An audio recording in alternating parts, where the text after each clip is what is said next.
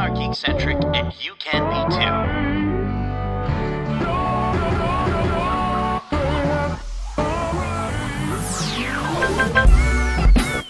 Love ya.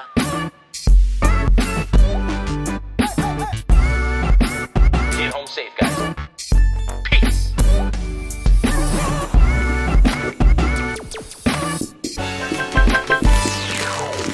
Welcome to the Geekcentric podcast, and welcome to our special Behind the Geeks episode for Schmigadoon Season 2. My name is Nate, and if you're joining us for the first time, we are Geekcentric, a podcast focusing on the world of movies, TV shows, games, toys, and collectibles, and all things geek-centric. Joining me for this Behind the Geeks episode, we have my maniacal musical muse, Justin, the Jersey Boy Lawrence. Snapping my way in, bro. You hear those snaps? I don't think the microphone can pick up the snaps, Justin. I like it, though. This is a new side of you. I've never seen this before. Yeah, it's beautiful. Shuffle. You know. Okay. Put your nipple tassels away, Justin. Put your nipple tassels away. How are you doing? We don't get to talk about musicals too often on this podcast. Before we get into things, what are some of your favorite musicals? Truth be told, I'm not a huge musical fan. I like La La Land. I think that is a paying homage to Hollywood musicals of the old, and I enjoyed musicals from that era. But I don't know. I like plays. You know what I mean? I would rather see a theatrical, a theater number. Yeah, like a stage play or a theater production over a musical movie. It wouldn't necessarily be the one that I would go to. But that said, I won't turn away from it. Like, I think with this series especially, it was probably the thing that was the thing that stopped me from wanting to check it out originally, was that it is very musical heavy. But, you know, when we talked about it, and you talked about it so lovingly, and the angle that it likes to take with Schmigadoon Season 1, and, you know, the parody aspect, that did make it a lot more interesting. And I appreciated that. I appreciated the sensibility of this show having a tongue-in-cheek approach to how musicals are seen, because I kind of sometimes feel like some of those people's like, okay, here we go, musical number. You know. Well, and that's kind of one of the most fun aspects about the series, is that we're living through Josh and Melissa, and we're getting to see sort of their perspective and their side of it, and as normal non-musical beings, if you will. Right. But for me, I gotta say, you know, I'm thinking more stage musicals, like Wicked is absolutely incredible. If you ever get a chance to watch Wicked, or the other one, which they're making into a movie actually. But then I think my favorite musical still to this day is The Lion King, dude. Yeah, 100%. so good. Like, did you ever see it live? I of course saw it live. We knew a friend and a family member that was actually in it. She was the giraffe at the beginning, and I think she also was Nala as well. And the day that we went and saw it, she was actually playing Nala, and we got to go backstage. So it was really cool to see it. So that, and as a kid, seeing that was incredible. But yeah, that musical was like, that is the adaptation done right. From Lion King to stage play, it's so sitting in the good. audience, and then you just hear the singing coming from the different areas around the theater, and then all the animals are coming down the aisles, and you got the little elephants there. I'm just like, but the costume design, I was so blown the away. Costume design is what sold it, right? Like this you know, it's a play that is so self-referential of its African heritage, and it adopts it in such a great way. And I think that was really, because I remember being young, just being captivated by the visuals of the costume design, the curtains, and everything, the way it was all structured. The only other one too is Beauty and the Beast. I really did like Beauty and the Beast as well. Did you ever see Beauty and the Beast? I didn't see it on stage, but I've heard really good things. Yeah, like the point where it's Be My Guest, and that's the midpoint. That was the cool, like a great way to just kind of hit the intermission, right? And I was like, I remember just being like, damn, I'm ready for the next part. Yeah, but it's funny because like these are musicals that are inspired from, I guess, musicals. I guess in some instances I like Disney musicals. I guess if you're animated and singing and dancing, I seem to find that far more acceptable. Somehow that's okay for you. Unless you're Ryan Gosling and Emma Stone. Like, you know, those two are just so lovely in La La Land. There you go. Well, listen, I think some of the characters in this series I would consider to be very animated in how they act. But let's kind of get to things here. Special thanks, as always, to our friends at Apple for letting us take part in these interviews and for letting us watch this season of Schmigadoon early, season 2. We've got some thoughts on the second season, but before we get to that, we are joined by some very special guests. Justin, why don't you let the fine folks know who we had a chance to boogie down with? Well, Nate, today we are talking to the co-creator of Schmigadoon, Cinco Paul. And we're also talking to Jaime Camil, who plays Sergeant Riviera, and Anna Harada, who plays Madame Frau. Yeah, huge thanks to Apple for setting this up for you, because I know you were so excited for the opportunity to talk to anyone. And the fact that you get to talk to Cinco Paul. It was awesome. Yeah. You know, he's actually named after Cinco de Mayo. Get it. Because he was born on Cinco de Mayo. So that's why his name's Cinco. I was like, that's a really interesting name, Cinco. But all my Wikipedia-ing as I'm preparing for the interview really paid off. But listen, I think we let these interviews speak for themselves. We'll talk a little bit about them afterwards. And then we'll also talk about season 2 and kind of let you know our thoughts on that season. So without further ado, please welcome co-creator of Schmigadoon, Cinco Paul, and Jaime Camil and Anna Harada. Hey, Cinco. My name is Nate. Welcome to the Geekcentric podcast. How are you doing today? Great. How are you, Nate? I'm stoked. I'm stoked to chat with you. I'm a huge fan of the first season of Schmigadoon. With the way that you folks paid such beautiful homage to the great musicals of our day, while also throwing a bit of parody in there. I love it. This season is fantastic as well. What went into the decision making between, in terms of focusing on the 70s era of musicals and specifically Schmicago? Yeah, I'd always conceived of the show if we got multiple seasons to go through each era, one by one of musicals, and I didn't want to go back to Schmigadoon, because I felt like we'd done that. We'd done everything we could there, and so it was really, I focused on like 1965 through 1979. Like Cabaret, I think, was the musical that changed what musicals could be, because it was such a dark show and there hadn't really been shows like that before. And so I thought, this will be such a nice Act 2 to our happy Act 1 of Schmigadoon. Let's go to a much darker place and send Josh and Melissa on a totally new journey. And I love seeing Josh sort of a little more into it this time around than he was. And we get that great moment between him and Melissa. And she's like, are you seriously? Like, calm down. Easy boy. Yeah. Take it down a notch. Yeah, and he's just getting into it. Yeah, because these musicals are cooler, so they're a little less corny. So Josh feels it's okay to like these, maybe. Probably. I personally would love to see a season 3 of the show. For this season, were there any other moments throughout Schmigstery that you had considered? Maybe a bit of Schmigler on the Roof, perhaps? Yeah, I feel bad because we leapfrogged, because we went to 65 and Cabaret.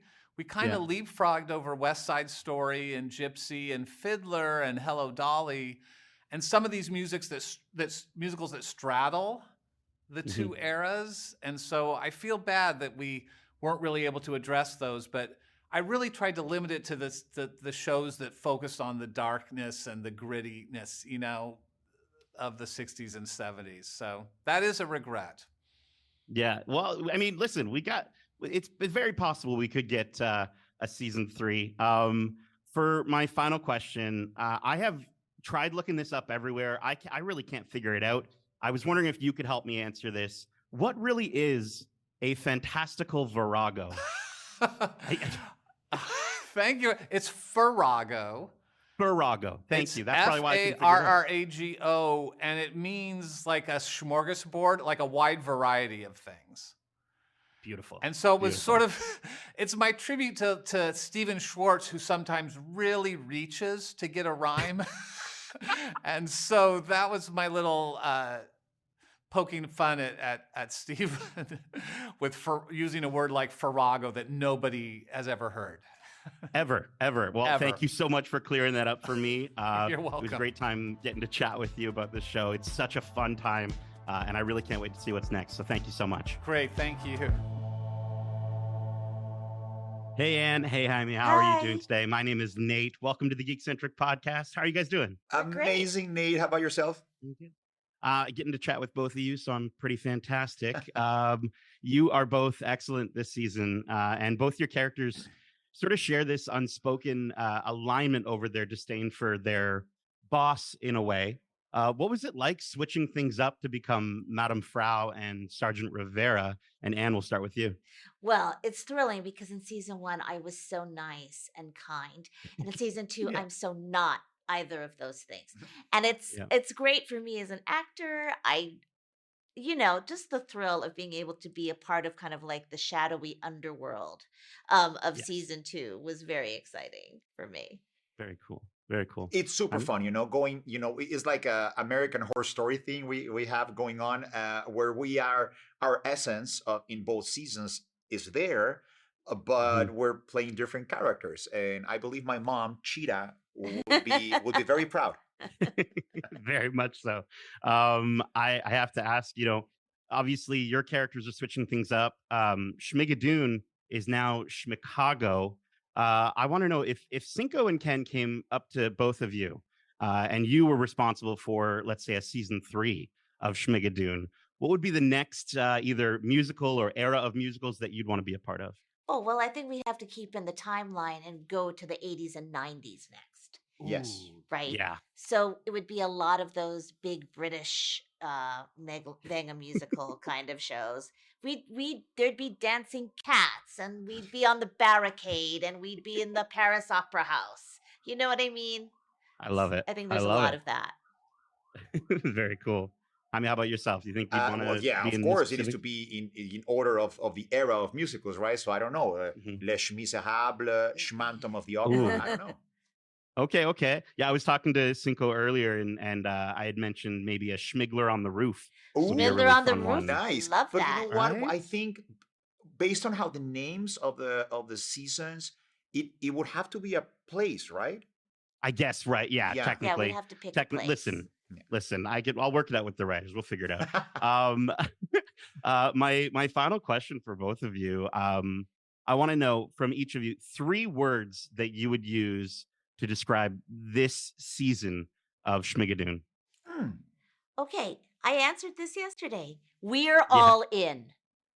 Ooh, Because I I just dig feel that. that after season 1, we doubled down on all of those theater nerd references. We went even Yeah. deeper, kind of like into musical comedy jokes.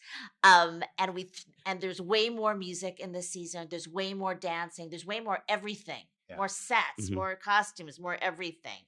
And I think We're All In is the season for us, because it's just like, look, like guys, we're Yeah, letting you have like it. season 1? Well, Oh, here you comes go. season 2. Yeah, it really has that, like, we're ramping it up quality. absolutely. Yeah, fantastic, excellent. Well, we are all in. I'm all in for this show. It's absolutely fantastic. And Jaime, thank you so much for spending the time to chat with me. Again, you two are so excellent. I can't wait to see what both of you do next. So thank you so Thank you. Oh, much. thank you, man. You're so kind. Thank you very much.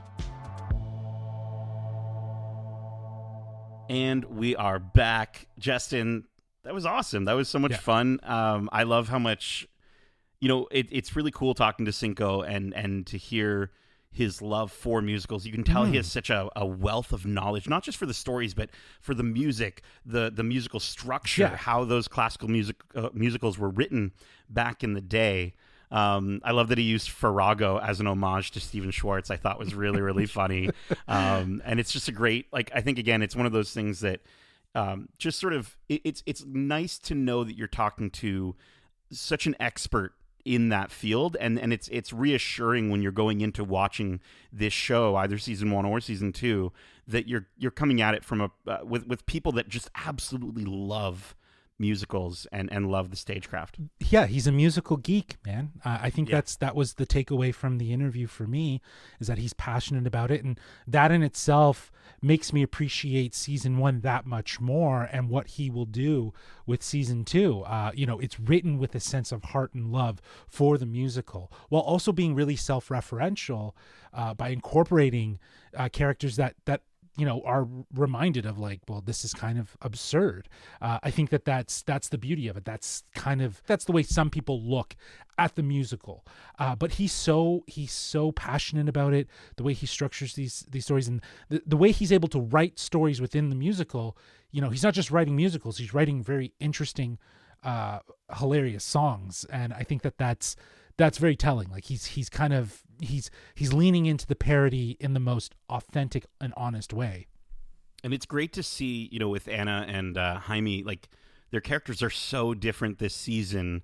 And, they touched upon that in the interview, and it was it's really fun to sort of get to see, again, it's almost like the idea of an actual musical. You're coming back to maybe the same theater troupe, right? And they're doing a different play this time. And Schmigadoon in season 2 is very different in terms of from season 1. Let's get to our thoughts on season 2 if you're ready. The premise for season 2 is as follows. Having found true love in the town of Schmigadoon, season 2 of Schmigadoon will find Josh and Melissa in Schmicago, the reimagined world of the 60s and 70s with the tatas and the tatas and the tatas. This series, as we mentioned, was co-created and produced by Cinco Paul and stars Cecily Strong, Keegan-Michael Key, Dove Cameron, Aaron Tveit, Jane Krakowski, Alan Cumming, Kristen Chenoweth, speaking of Wicked, Jaime Camil, Anna Harada, Ariana DeBose, Martin Short, and joining the season is Titus Burgess and Patrick Page. Justin, let's kind of get into things here. What were your sort of first initial takeaways from this sort of change up for season 2? Well, I'll be honest, I haven't finished watching all the episodes that were given to us, but I think immediately I welcome the shift tonally. I think, again, given that he is a musical geek, let's say, he's passionate about musicals, it's nice that season 2 has tonally shifted, and it kind of serves as a bit of an allegory to what's going on, right? Like we were in 1940s period, I guess you could say, with Schmigadoon season 1. Now we're here in the sort of cabaret style music. It shows the passage of time moving with musical, while also bringing that in visually as well. And I think it's kind of like a little bit of a history lesson at the same time. It's kind of cool, right? But it's also parodying one of, like, obviously it's called Schmicago, so it's Chicago is a very famous musical. Yeah, I mean, there's a little bit of Sweeney Todd as well, kind of mixed in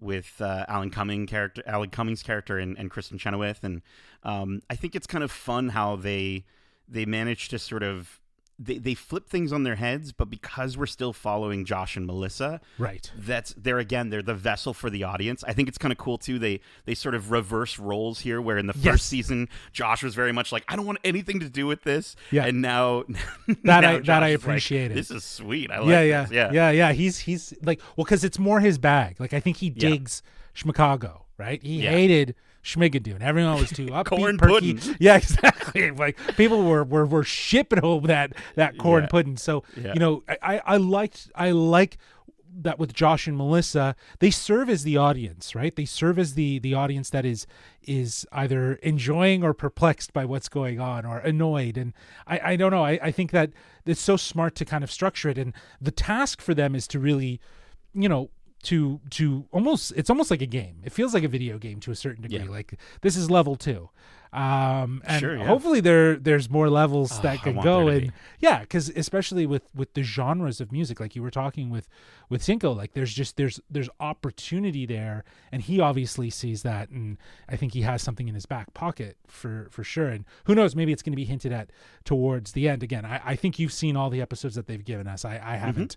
I haven't seen them all. So first impressions though is that it's a welcome change, and I think it's deserved, and I I think, again, like you said, the cast is asked to change. You know what I mean? They're asked to adapt and shift their characters into Schmicago style versus Schmigadoon, and I think that's refreshing too.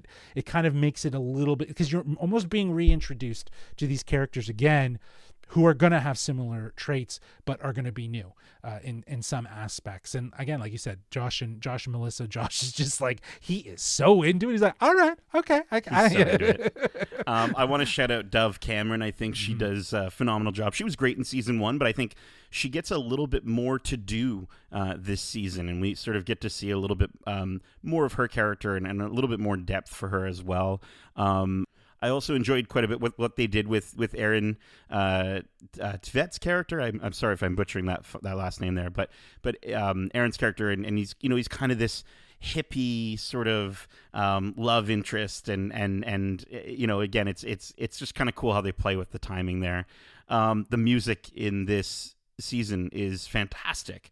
It's again, I think if one thing's to be said about season 1, where if you watched season 1 and you did feel that maybe it was a little bit maybe not your bag musically, I do think you might be maybe kind of like a Josh, right? And you might enjoy sort of the bombastic sort of the shift in music, exactly, of the songs. Yeah. I will say probably my favorite song, and this might be the only thing that I had an issue with this season, but my favorite song this season, and I won't spoil it, but I mean, it's in the final episode if you're looking for it, was from Ariana DeBose. And I guess she was super busy during season 2, because we barely get any Ariana DeBose, and I think she's so strong in that first season.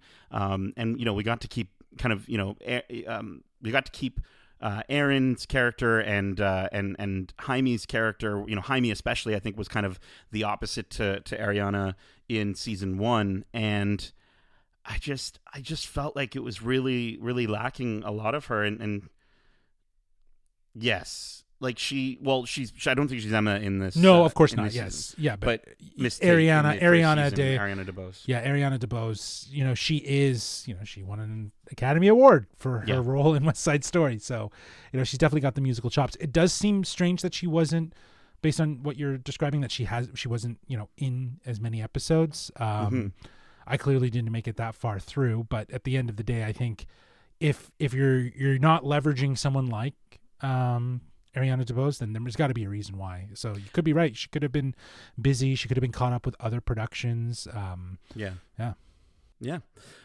yeah, I would just say definitely check it out. I mean, I guess we can't necessarily both give a score. I think for me, I'm sitting at a solid 4 out of 5 for this season 2. I do think it's such a fun ride, and again, even if you aren't necessarily a fan of musicals, I think you will still really enjoy it. And I would definitely recommend checking it out and have a fun time. It comes out, I guess, today, as of if you're listening to this on the date of release, April 5th. But that is it. We hope you enjoyed this special Behind the Geeks episode of the Geekcentric podcast. And if you did, make sure to subscribe to us wherever you like to listen to podcasts, if you haven't already. And if you want to write into the show with your thoughts or on Schmigadoon season 1 or season 2, what's your favorite song? Are you still obsessed with corn pudding? Write in and let us know. I'm actually Justin. I'm going to call out corn pudding over to Justin to let you know how you can reach us. Well, they can reach us at wearegeekcentric@gmail.com. That's wearegeekcentric@gmail.com. Or if they want, they can reach out to us on Twitter at GeekcentricYT or on Instagram at wearegeekcentric. They kind of have a new one for season 2 where there's just this lady, this drunk woman, and she's just like, I'll drink to that. And she just, like, after every song or different moments where she shouldn't be chiming in, she's just like, I'll drink to that.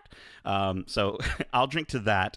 And if you want to drink some of our other episodes, we do have some wonderful spoiler-free reviews out now, like our spoiler-free review for the Super Mario Bros. Movie, as well as our spoiler-free review for Kill Baksoon on Netflix, and we have our spoiler-free review for Dungeons and Dragons out now as well. So there's lots happening, on either in the theaters, on streaming. We have our season 3 episodes 1 to 4 spoiler-free discussion of Ted Lasso, which is absolutely fantastic. Definitely give that one a listen if you want to kind of have a bit of a therapy session for another show on Apple TV Plus.